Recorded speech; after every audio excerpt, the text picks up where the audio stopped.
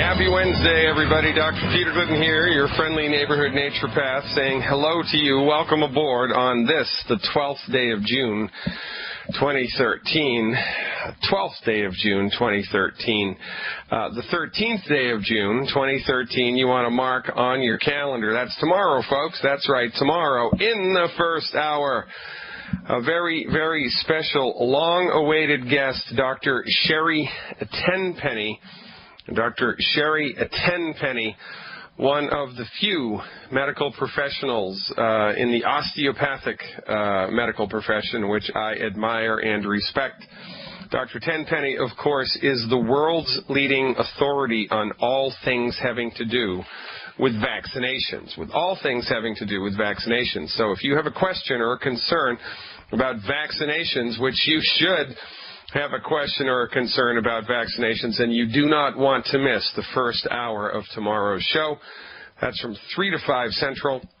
Actually, the first hour, of course, would be 3 to 4 Central.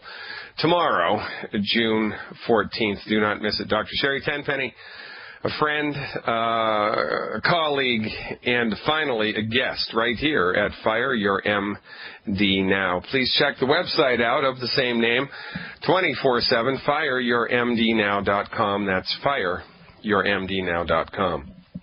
I'd like to talk about high blood pressure this afternoon in the first segment here. I'd like to talk about high blood pressure. High blood pressure is called the silent killer because you can have blood pressure values which are through the roof and not even know it. You feel perfectly fine. You might get a little achy-bakey. You might have a little headache. You might feel a little out of sorts. Maybe yes, maybe no. You might feel perfectly normal, and yet you're 2 points away from having a heart attack. High blood pressure is referred to as the silent killer because it is one of those unique physiological processes which needs to be objectively measured. Your liver is similar. You can have liver damage so extensive. 70+% of your liver can be completely malfunctioning, not working, bad, and you don't feel any different whatsoever. But you get your blood work done, and it's holy smokes, that liver is on fire. Well, it's the same way with high blood pressure. Now, the recommendation for blood pressure numbers is moved every 5 or 6 years by the MDs because, remember, the MDs have no solid ground on which to stand, no solid philosophical ground on which to stand, no solid pragmatic clinical ground on which to stand, which is why they move the goalposts and change things up all the time. Remember when healthy cholesterol was 220? Remember that? Then they moved it to 210, then they moved it to 200, and then they finally moved it to 199. Simply by lowering it 1 point from 200 to 199, I think they increased the coffers of the pharmaceutical industry statin drug sales by $100 million, something crazy like that, just by moving it 1 point. Well, when I was in medical school, recommended range for high blood pressure, the upper end of normal was 140/90, 140/90. Let me say it again, 140/90. They've moved those ranges now. I believe the current standard of care is they don't like to see anything be over 120. They don't like the top number to be over 120. But how I was taught blood pressure values is that both numbers, both the upper and the lower number, had to be elevated 3 consecutive times in order for a definitive diagnosis of hypertension and which would warrant somebody going on some type of treatment. Now, it's just one number that's elevated, and if it's only one number over 120, the medical doctors throw hypertensive drugs at you left, right, and center, because remember, your medical doctor is not a physician. Your medical doctor is a pharmaceutical salesman. They're not interested in actually reading and reviewing from an objective, scientific, professional, intellectual point of view the research. They are not interested in questioning authority. They are interested in going along for the party line. They're interested in saving their own butts, working inside of their standard of care, meeting those quotas for the hospitals every month. By the way, if you need to visit a medical doctor for any reason, don't. Let me say that again. If you need to secure the services of a medical doctor for any reason, don't. But if your family is forcing you to, go before the first half of the month. Go before the first half of the month, because they have quotas to fill, and they're going to order tests that are unnecessary. They're going to order procedures which are unnecessary just to fill up their ticket as the end of the month marches nearer and nearer and nearer. But I digress. We're talking about high blood pressure. Now, both numbers need to be elevated 3 consecutive readings, 3 times in a row, in order for someone to be diagnosed definitively with hypertension. So that would mean, the way that I review the literature and the numbers that I go by, you would need to have 145 over 92, 147 over 93, 141 over 98 in order for a definitive diagnosis of hypertension to be discovered or diagnosed, which would warrant putting you on some type of a treatment protocol. But oh no, not anymore. If just one number is elevated above 120, the medical professional freaks out because they have no operative understanding of the pathophysiology of the illness. They have no conception of the political implications of the reference ranges for the hypertensive values and all other blood work and laboratory values, quite frankly. They just go along for the ride. It's like they're mind-dead zombies just doing what all their colleagues do. Why do their colleagues do it? Because their colleagues were taught it in school, and then when the reference numbers change, they just go along for the ride and they don't question why. Oh, it must be the advance of science. For goodness sake, it is a ship of fools, and it gets worse because, you know, hypertension is a real thing. I'm not saying that it's not a real thing. I'm saying that it's extremely overdiagnosed, extremely overdiagnosed. And I'm assuming that the way that the medical professional, the MD, holds this in their mind is, well, maybe the patient doesn't really have hypertension, says Dr. Huff and Puff, but, you know, it's only a matter of time until they do, and what the heck, we might as well give them this medication anyway. Let's give them the medication anyway because they need the medication anyway. Huff and Puff, Huff and Puff, Huff and Puff. This is how they think. They're not aware of the root cause of hypertension. They have no understanding whatsoever about what causes it, and it is not their job to fix it. It's their job to manage it. So what do? They'll throw hydrochlorothiazide at it. What's hydrochlorothiazide? Well, it's a medicine that lowers your blood pressure through the delivery of synthetic man-made drugs into the bloodstream. Only problem with hydrochlorothiazide is, in 5 years, the major side effect of that treatment for high blood pressure is type 2 diabetes. But remember, it's not the MD's job to worry about your health care. It's the MD's job to manage what is in their face the day that you show up in their office. This is also why they give chemotherapy, because they don't give a crap about the side effects. They don't care what happens a day from now, 5 days from now, 6 months from now. If they did, they wouldn't give the chemotherapy because, number one, it doesn't work, and number two, the side effects are unbelievably horrible. It's their job to do what's inside of their standard of care on that day. They are extremely, big now people. They're interested in the big now. That's their focus. Today, baby, today. Who cares about tomorrow, Annie? Go soak yourself in the shower.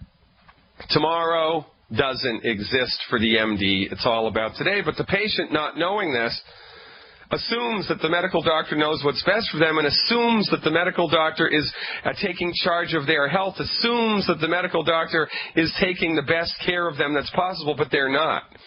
If they were interested in taking the best possible care of the patient, they would be concerned with the generative cause of hypertension and removing it and fixing it, but they do not know and they do not care.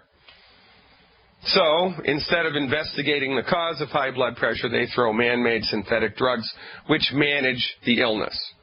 And after a fashion, the drugs stop working, so they need to increase the dose or change it out to a different drug. This happens 100% of the time in the management of high blood pressure through an old-fashioned, dangerous, Machiavellian, MD, monopolistic medical practice. For goodness sake, ladies and gentlemen, these people are to be avoided like the plague. $25 million of federally funded research, on the other hand, 26,000 autopsies, and over 30 years of clinical work by the most lauded naturopathic physician in the world, Dr. Joel Wallach, showed that the majority of the time, high blood pressure is a simple deficiency in minerals. It's a calcium or a magnesium deficiency most of the time. Sometimes it's caused by peripheral arterial disease of the kidney, but that's much more rare and much more infrequent. Most of the time, it is a simple calcium and magnesium deficiency. And, there's other minerals in play here, boron and phosphorus and strontium, etc. But the big players here are calcium and magnesium. So most of the time, when someone has been diagnosed definitively with high blood pressure, or even if they've been to a knucklehead MD and they've been incorrectly diagnosed with high blood pressure, when they get on board with a proper calcium and magnesium supplement, guess what? The numbers normalize. The blood pressure normalizes. And we are good to go. If you're suffering with blood pressure, what do you need to do? High blood pressure, fire your MD. Number one. Number two, fire your MD. Number three, increase your consumption of good, high-quality, absorbable calcium and magnesium supplements. The best one I've ever seen, Wallach's Calcium and Magnesium. You got two ways to do it. You can either get the OsteoFX Plus or the Cal Toddy. The easiest way is just to get one healthy start pack per 100 pounds of body weight per month, and then an extra bottle of calcium a month, and try that on for size for 90 days. That's going to change your life, ladies and gentlemen, because when you do that, guess what? Your body's going to love it, because your body's going to have the stuff it needs to fix itself. Imagine that. The body able to fix itself. Fire your MD now and call me instead. Back after these words. 866-582-9933. That's the number. Lines are open. 866-582-9933. If you're listening to the podcast and or would like to talk to a living, breathing human being in the United States about the health opportunity or the wealth opportunity, that number, 855-347-3696, 855-347-3696. Easiest way, of course, is the World Wide Web at fireyourmdnow.com. That's fireyourmdnow.com. Now, if you hired an electrician to come and, put in a stereo system in your house and to wire it appropriately, and there was a light bulb that was out, and you asked the electrician for help with it, but the electrician didn't know what a light bulb was, you wouldn't have very much trust in that electrician, would you? I mean, you're just assuming that an electrician knows what a light bulb is, knows how it works, and knows everything, in fact, way more than you should know about that light bulb and the machinations thereof. Well, if you're a medical professional, your MD is clueless about the generative cause of high blood pressure, shouldn't that make you concerned and alarmed? I mean, wouldn't you think that they would know that? If your MD was clueless about the generative cause of heartburn, wouldn't that give you pause? Wouldn't that make you think twice about their intellectual capacity and their professional skill set? It certainly does for me. If your medical professional did not know the root cause of asthma, would that not give you pause and concern? I mean, these are simple things, folks. This is not a compound, complex physiological thing. This is basic, fundamental anatomy and physiology. But when you apply, when you look at basic, fundamental anatomy and physiology through a reductionistic lens, filtered by an allopathic philosophy, everything gets screwed up. This is why, over and over, I say, and correctly so, that MDs are like colorblind art critics, but they don't know that they're colorblind. There's massive amounts of information that is right in front of their faces that they are blind to. like the generative cause of high blood pressure, the generative cause of heartburn, the generative cause of asthma, etc., etc., etc. They get it wrong all the time, and they move the goalposts all the time. Their therapeutics never fix anything. Their therapeutics always manage things and are replete with side effects. Why? Because when you throw a man-made drug into the human, a complex human system, and that drug is intended to manipulate one part of the biochemistry of the human body, it must have trickle-down effects on other parts because everything's connected. Everything's connected. For goodness sake, a butterfly flaps its wings in the Amazon and a hurricane is created in the Pacific Ocean. Everything is connected, intimately and intricately, but the MDs, because they bring a reductionistic, allopathic, philosophical bias to bear on the understanding of human anatomy and physiology, they are 100% clueless about what to do. They've thrown the baby out with the bathwater, number one, because they have completely discounted the presence and the action and the ability of the soul force.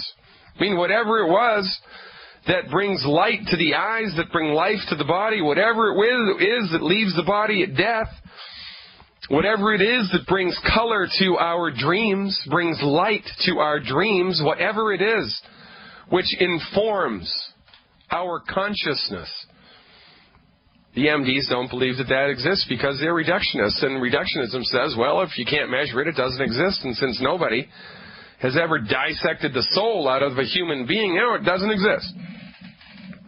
But if it does exist, and I'm not speaking about, I'm not going down a Christian road here. I'm not a Christian. I'm not going down a Christian road. I'm not going down a Buddhist road. I'm not going down a religious road. I'm going down a human road. The human being, the body of the human being, is inhabited by a soul force which existed before the birth of the body and which will exist after the death of the body, period. If you do not believe that, then I cannot help you. That is the fundamental basis of all religions. All religions agree on this one fact, but the MDs don't. Then they have thrown the baby out with the bathwater. Now, if the soul force does exist, then it is the soul force which is keeping the entire thing knit together. And guess what happens when the soul leaves the body? The body decomposes. Medical doctors are colorblind art critics, ladies and gentlemen. The best possible thing you can do for your health is to fire them now. Talking to Jeff in California when we come back. Stick around, folks. Love that music. 866-582-9933. That's the number to call, folks. Just like Jeff in California did. Hey, Jeff, thanks for the call. You are live. Thank you very much for taking my call, Dr. Glidden. You're welcome, Jeff. How can I help? Yeah, hey, I had a question about dairy. Some people don't like dairy, and there's some people say it's bad for you. You've probably heard that before.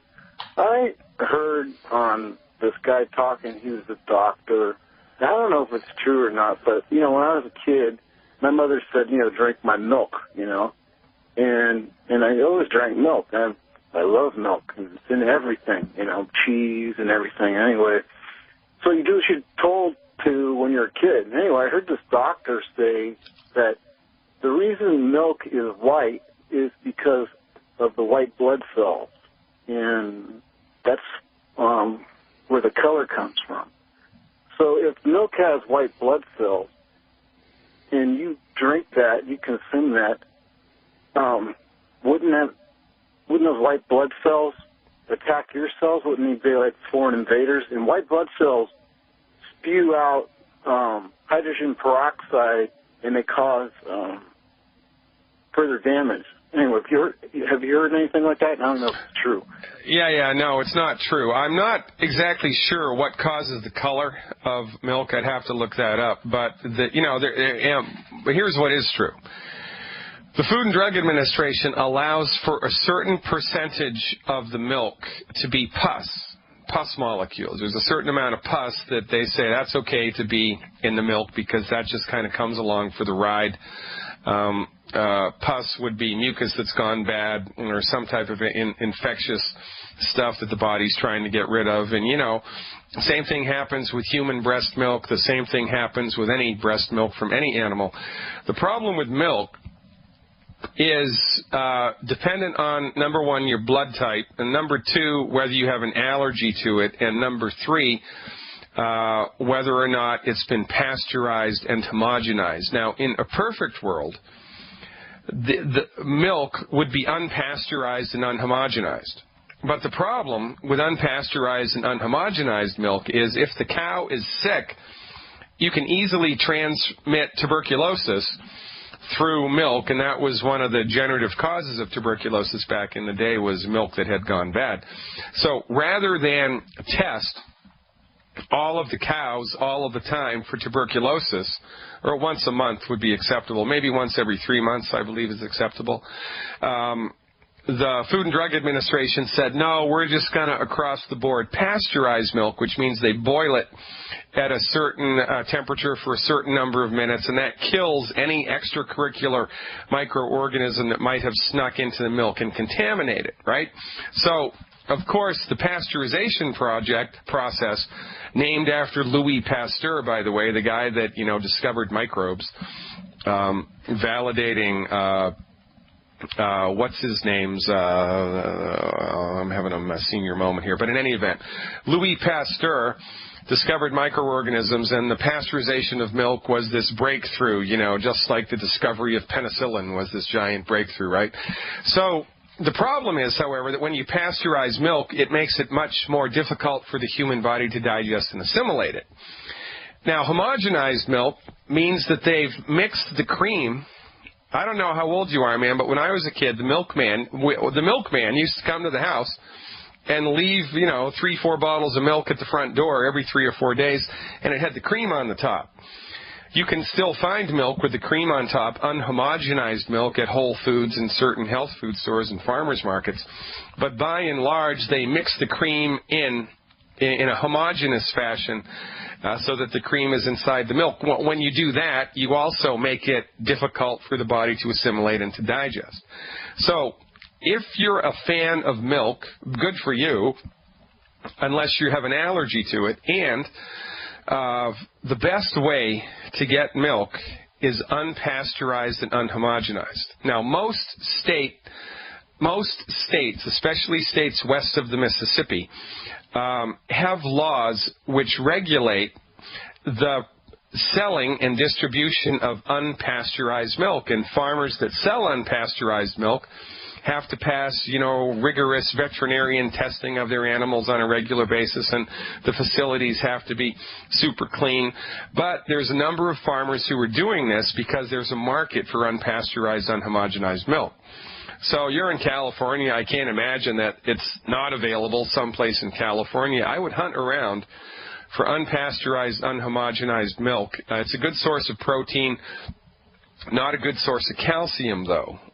You can live a perfectly healthy and happy life without cow's milk, but if you're a fan of cow's milk and if you like cheese and yogurt and ice cream and stuff like that, then you can go for it. The only exception to this rule would be infants and toddlers who develop chronic ear infections.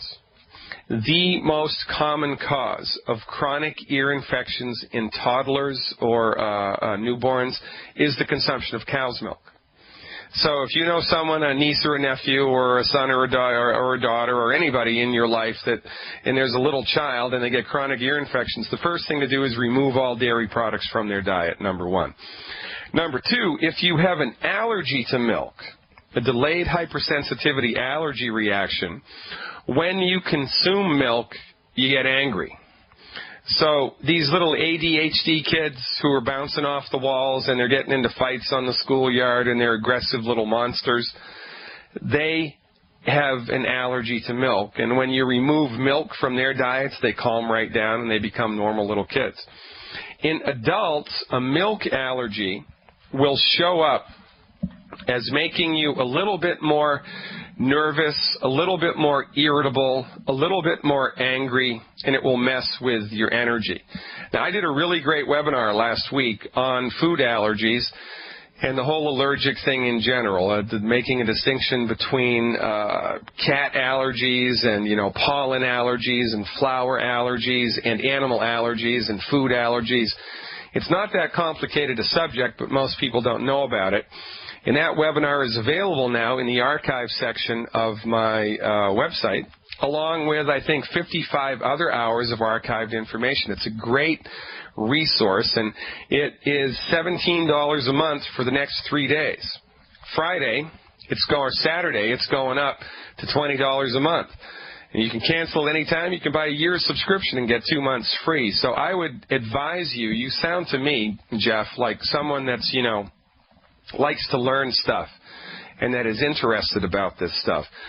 The problem that exists in the wonderful world of holistic medicine is that it has become the flavor of the month. And everybody and their brother now, like Dr. Oz is a perfect example. Dr. Oz is a cardiac surgeon.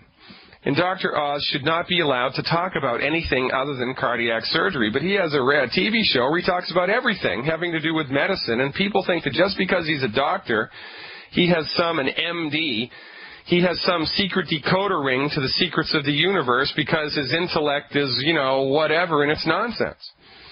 So my point is, you can go on the internet and read all kinds of things, truths and half-truths, and you don't know how to distinguish this, that, or the other, but we do. My profession does. That's why my profession exists. My profession, members of myself and members of my profession are trained to bring the scientific method to bear to understand what's going on with pathophysiology and medical nutrition.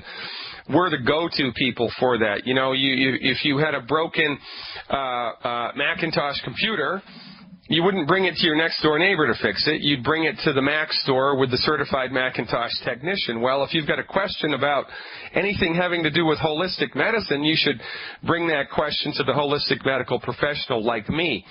The only problem that we have in the world, Jeff, is that there's only a handful of people like me. It's not that easy to access us, and you've got questions, and they're valid questions, and they're good questions. You got to have them answered. So you'll hunt and peck, and you'll get all of these half-truths delivered by doctors, MDs, who think that they know everything about holistic medicine because they've taken a 5-hour continuing education course in herbs, and it's nonsense. So the moral to the story is, man, milk is fine as long as you're not allergic to it. And if you are allergic to it, you will know within 60 minutes of drinking. So drink a big glass of milk. Drink 8 ounces of milk, 12 ounces of milk, slug it right down, set your watch, and look to see what happens to your energy and your mood in the next 60 minutes. If you're okay, if nothing remarkably negative happens and you don't have an allergy to milk and you can drink as much of it as you want, and you would be best served by hunting around for milk that's unpasteurized and unhomogenized, and I feel like I've been talking forever. Does that answer your question, man? Is there anything else I can talk about? So basically, there's still pus cells in the milk, but I heard that the dairy industry said that they would allow 750 million cells per cc.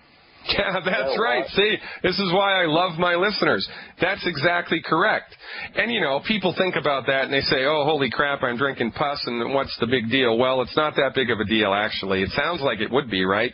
But it's not. You see, there's a lot of myths in the world. Oh, pus, that's got to be a bad thing. Well, your stomach acid takes care of it. White cells that get in, your stomach acid takes care of it. Your digestive tract is going to take care of it.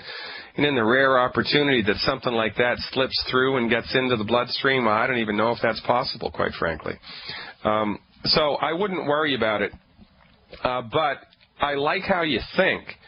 But here's the last piece of the pie, man. Here's the last piece of this little puzzle. It's easier to get your calcium needs met from maple syrup than it is from milk. How about that? Because the cow's body cannot magically create calcium. There's only calcium in the milk if there was calcium in the food that the cow was eating. Most of the food the cows eat is grass or grain. So if the grass that the cow is eating is growing in soil that doesn't have calcium in it, there's little or no calcium in the cow's milk. If the grain that the farmer is feeding the cow doesn't have any calcium in it, there's little or no calcium in the cow's milk. So calcium is a good source for protein and for some enzymes, but not for calcium. The mandatory way to get calcium is with supplementation. If you're not supplementing your body with 90 essential nutrients, especially calcium, it's only a matter of time until your body runs out of something, and then things start to break. And it is impossible to fulfill your body's nutrient needs by eating from the 4 food groups and drink. You could drink a gallon of cow's milk a day and it would not fulfill your calcium needs. Well, maybe it would, but probably wouldn't. It's a roll of the dice. And who the heck can drink that much milk anyway? The point of the matter is, you must get into the habit of supplementing, man. Everybody has to do this. It's just a part of life. We have to build houses and live with them. We have to find and purify water. Well, guess what? You have to find the 90 essential nutrients and swallow them every day. And the single best way to do that, Jeff, is 1 healthy start pack per 100 pounds of body weight per month. That's 1 healthy start pack per 100 pounds of body weight per month. You can order that, by the way, at the wholesale price at 855-347-3696. That's 855-347-3696. Get 1 healthy start pack per 100 pounds of body weight per month. Take it every day and watch your life change. 866-582-9933, folks. I'm Dr. Peter Glidden. Give me a call. Welcome back, everybody. Dr. Peter Glidden, 866-582-9933. That's the number to call to talk to me live. If you're listening to the podcast or would want to speak to a human being, 855-347-3696 is the number that you need. Yeah, you know, you can search the internet and find all kinds of crazy stuff. There are people on the internet that still think that the earth is flat. There's a Flat Earth Society, and they've got all kinds of data and all kinds of pictures and all kinds of stats to prove to you that the earth is in fact flat. And, you know, well, you can't fix stupid. And this is why we do what we do. Because the fundamental difference between, you know, in the world of politics in the U.S., right, we've got the Republicans and the Democrats. In Canada, you've got the Conservatives and you've got the Liberals. God only knows what you've got there in Australia or Germany, but, you know, we have polarized parties, and that's just the way that life is. Well, it's no different in the scientific community. In the scientific community, the vast amount of people who call themselves scientists are members of the reductionistic school of thought. It's Newtonian physics, physics developed by Sir Isaac Newton. The main component of which, the main foundation principle of which is, if it cannot be measured, it does not exist. Every action has an equal and opposite reaction. An object in motion tends to stay in motion. An object in rest tends to stay at rest, et cetera, et cetera, et cetera, right? There are mathematical equations that can prove all of this. This is the realm of physics. But listen, there's also a realm of metaphysics, which is the stuff that's beyond science's ability to measure. Like love, for example. Here's a simple question. Do you love your mother? Well, if the answer is yes, then you're a metaphysician.